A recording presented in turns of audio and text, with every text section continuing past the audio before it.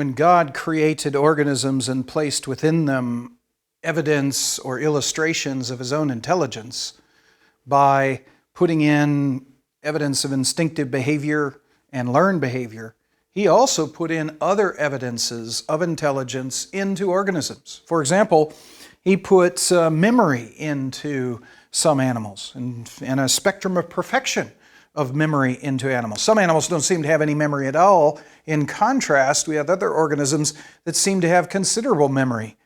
For example, those organisms that we train to go through mazes. Now, they learn to go through the mazes by conditional training, but once they have been conditioned to get to the final end and get the food in the proper manner, they've got to actually be able to remember that sequence. And so, in addition to conditional behavior, these organisms have to have memory in order to display intelligence. But the longer the sequence in a maze, the more the organism has to remember. Probably the best example, or the organism that seems to have remembered the most complicated sequence of mazes, is a particular rat that learned to read to, and here's a quote, successfully climb a spiral staircase, then push down and cross a drawbridge, then climb a ladder, then pull in and pedal a car through a tunnel, climb some stairs, run through a tube, take an elevator down to an area where finally, when a buzzer sounds, the rat was to press a lever in order to produce the food. The animal had remembered that entire sequence, which is a considerable amount of memory required. Perhaps the world record on memory is held by the Clark's nutcracker, which buries up to 22 to 33,000 seeds in 7,500 different locations. And over the next few months, over the winter, will in fact remember the locations of those nuts and re-secure them when needed. That's extraordinary. I think that kind of wipes out most every, if not every, human being in terms of memory. So organisms have been given a spectrum of perfection of memory, from those that don't seem to have memory at all to those with extraordinary memory. Other organisms have been given the ability to count. Pigeons and parrots and rats and porpoises and monkeys and apes can actually arrange objects in order.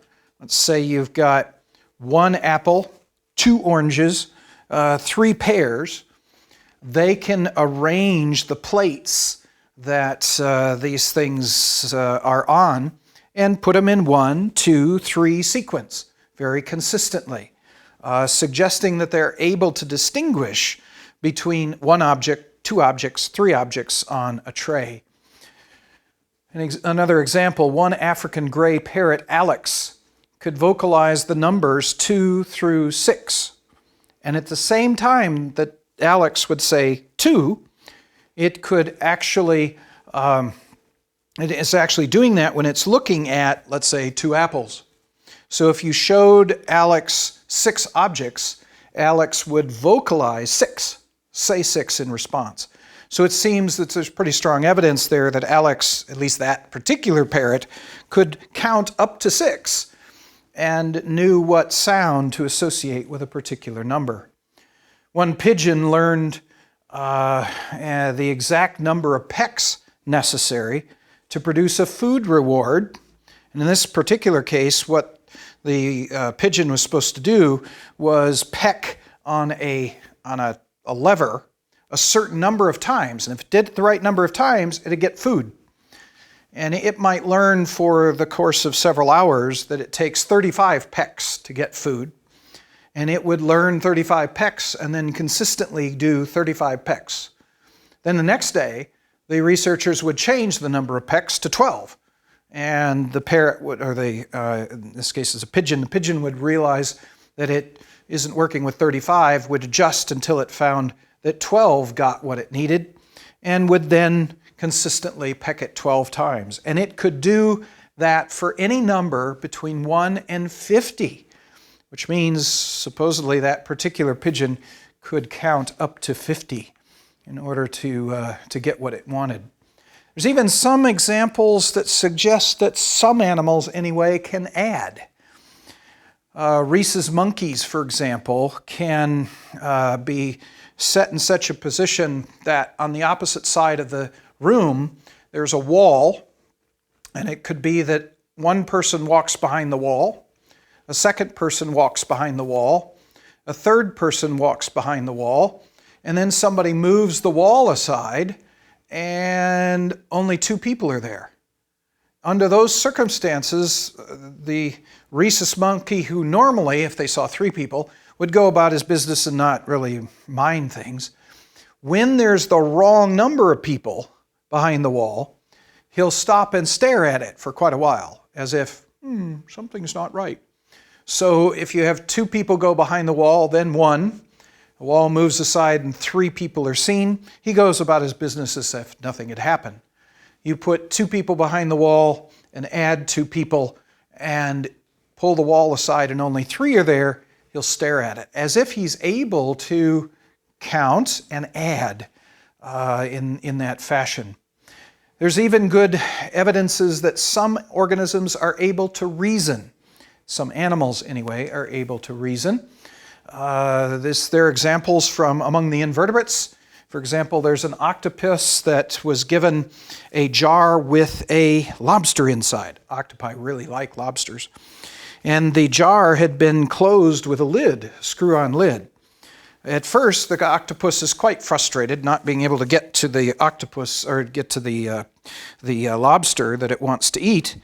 But eventually it figures out that if it moved the lid enough, in fact rotated the lid off, it could get to the lobster. It took some time to learn how to do that.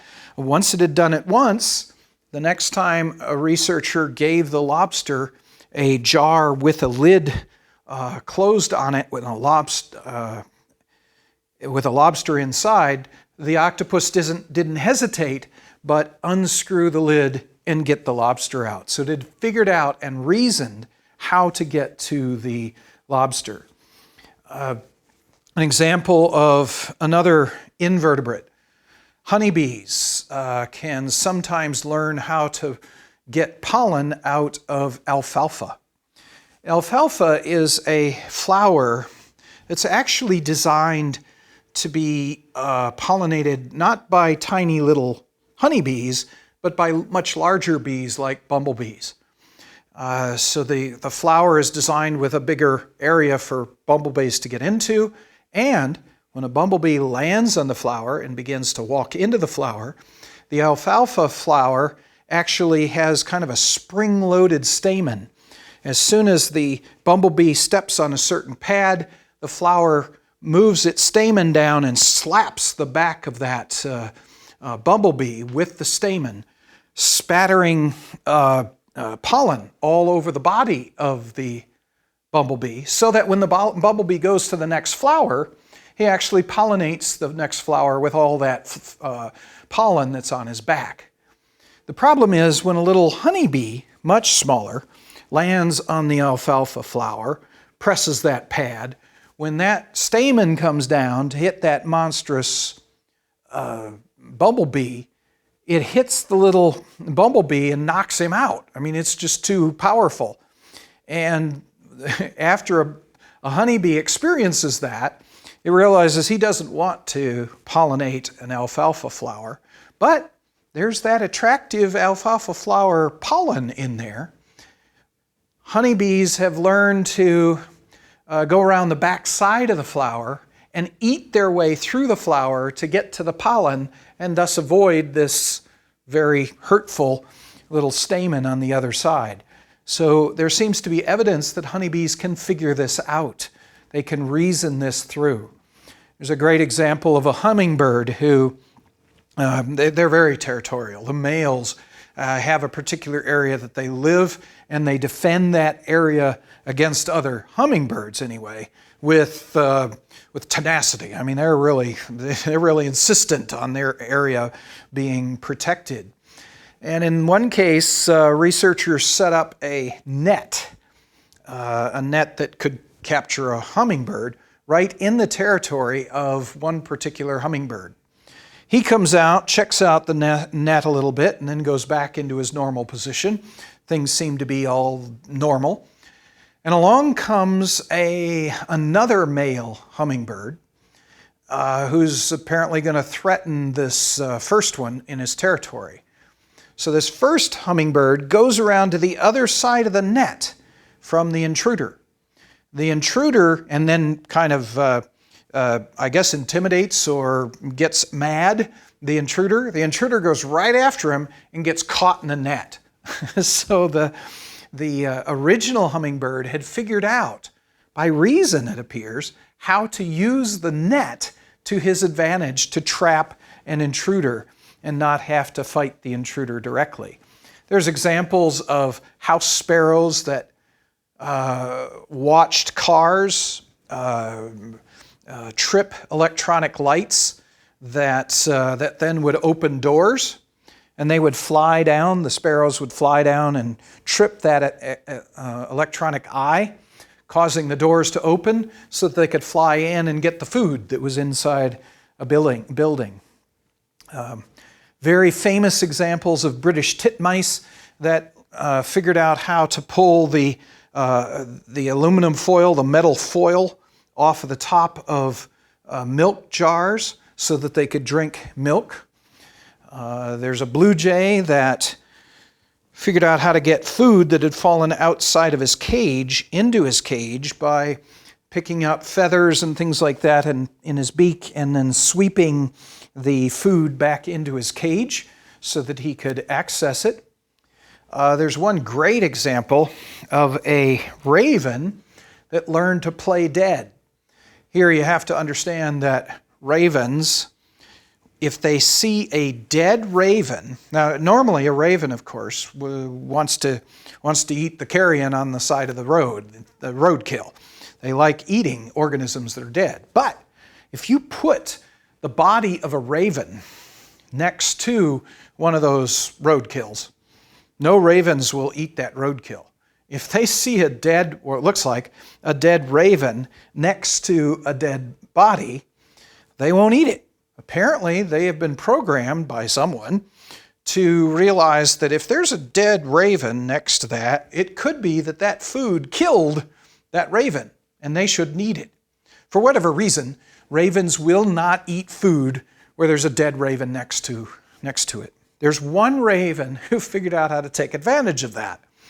Apparently, he had found this great food source, and he wants to eat it all to himself. He doesn't want any other ravens to have it. When he sees another raven fly along above, he plays dead. He acts like he's dead there. The raven that's flying over sees a dead raven next to the body, and he won't have anything to do with it. This raven figured out how to keep all the food to himself by playing dead to keep other ravens from eating it. That's pretty clever. Seems to take reason in order to figure that out. And the examples I've given, by the way, there's certain species of organisms that tend to be apparently smarter than other species.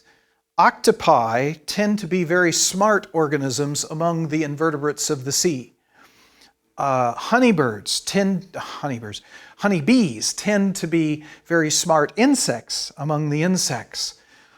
Ravens tend to be very smart birds among all the different species of birds. The monkeys and apes tend to be smart organisms among the land animals.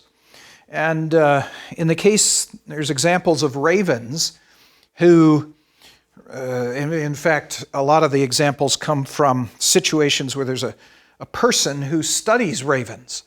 He actually takes raven eggs and raises the ravens so that they don't see any other ravens, and he raises them, puts them into an enclosure, and tests their intelligence, what they must have to reason their way through rather than learn by being taught by other ravens.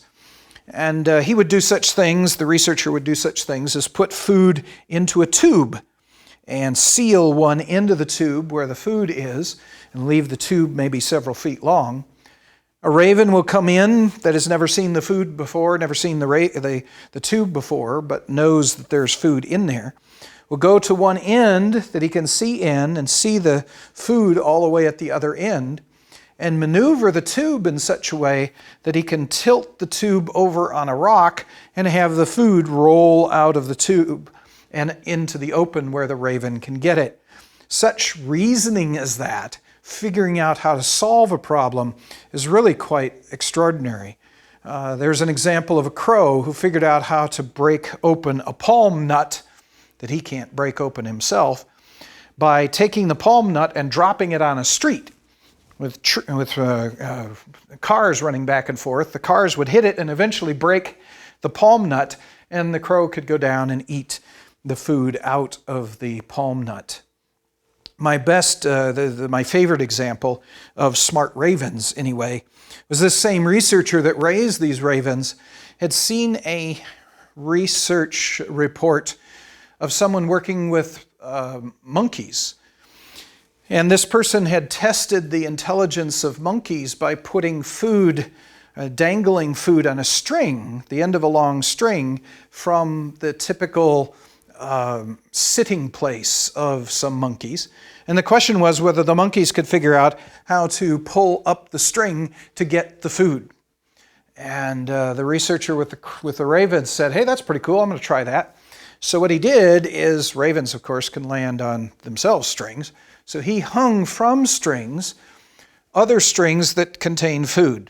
The very first time he did that, a raven landed on the upper string just above the long string with the food at the end of it, stood there right above the string, turned his head looking down at the situation a couple of times, then simply moved over to where his foot was right over the string, lifted up one foot, bent down and used the free foot to grab onto the string, and then pulled the string up and planted his foot on the platform he was on, then reached with the other foot down as far as he could reach and grabbed the string, pulled it up and planted it on the platform, let go with the other foot, reached as far down as he could, and in step by step, he pulled the string up until he could grab a hold of the food. There's no trial and error. He actually figured it out by looking at the situation before he actually did it. That's extraordinary, I would suggest extraordinary intelligence there. What's even cooler is if he then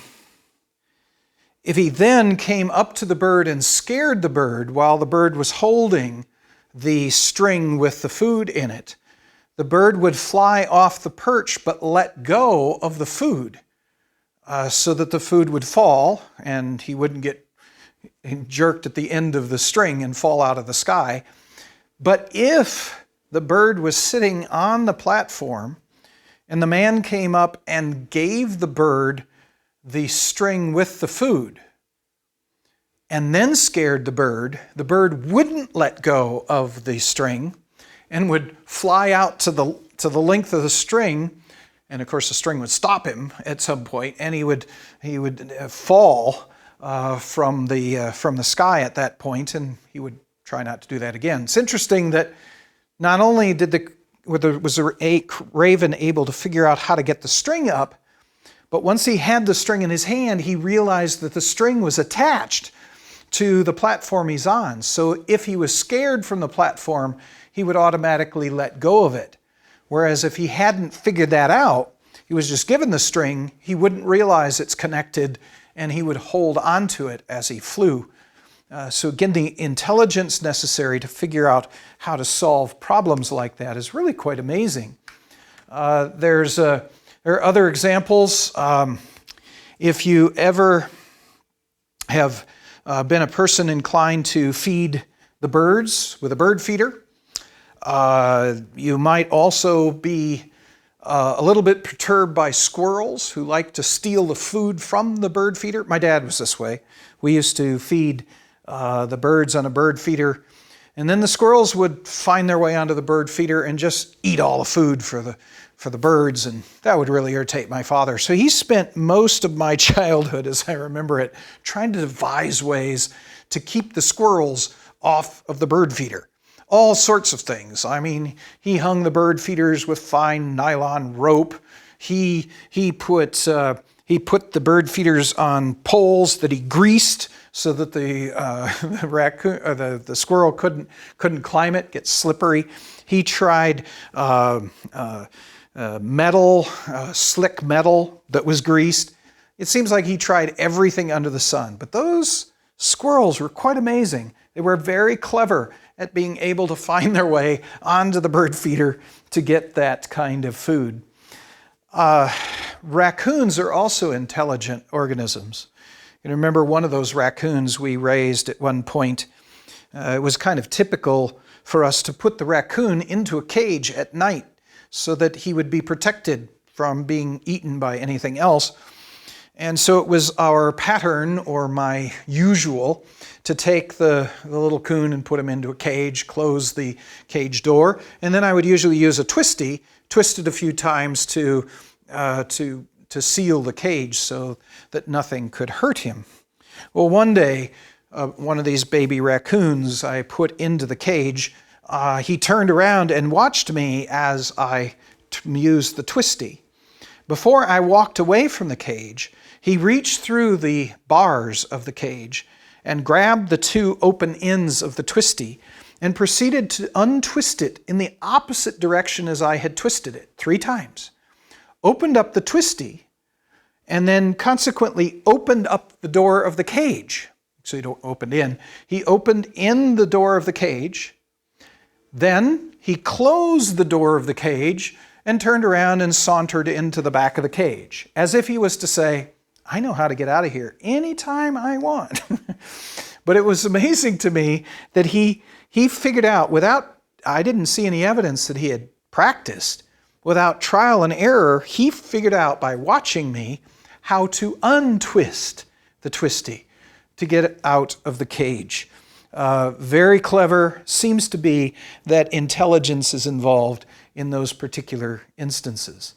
Elephants are also intelligent organisms. Those who work with elephants in the circus say that of all of the animals of the circus, the elephants are in fact the most intelligent of all of the circus animals, more intelligent than the lions and the tigers and anything else that's used in the circus. And there's many examples of elephants doing clever things. For example, figuring out if you use chains and bolts to secure the elephants in place so that they don't wander away too far. Elephants have been known to figure out how to unscrew bolts so as to dislodge their chains. Elephants have been known to pick up objects to scratch their back. For example, pick up objects with their trunk to scratch their back, using tools. Another set of organisms that are often intelligent are in fact the apes and various types of monkeys. For example, one great example is a particular macaque by the name of Emo. Back in 1956, she figured out how to get the sand out of wheat. She loved eating wheat, but if you mixed wheat with sand, she would take the wheat that she received, walk up to some water, and throw the wheat and sand into the water. The wheat would float. The sand would sink to the bottom, get separated from, and of course the dirt would be washed off of the wheat. So she would throw the stuff into the water and then scoop up the clean wheat. None of the other macaques have done that. No other organism we know of has actually figured out how to do that. That individual macaque was probably smarter than other macaques, had figured out how to clean wheat. And what it's interesting too is that other macaques learned how to do the same thing by, in fact, imitating emo. So we have a wide variety, a spectrum of perfection of intelligence, from instinctive behavior to learned behavior to things like various capacities of memory, of reason, all the way from organisms that don't seem to have very much intelligence, all the way up to organisms that seem to be extremely intelligent, being able to figure out very complex problems. God has placed a spectrum of perfection of intelligence in organisms, so that looking at all of these examples, humans are predisposed to extrapolate beyond that towards the concept of something that's got even more intelligence than is illustrated in the biological world, even that is illustrated among humans, towards some intelligence with infinite capacity, towards a God who is in fact infinitely intelligent. And this is the reason for this. God has created organisms and put these examples in there so that we would conclude that, so that we would conclude that there exists a God of an intelligence which is of infinite magnitude.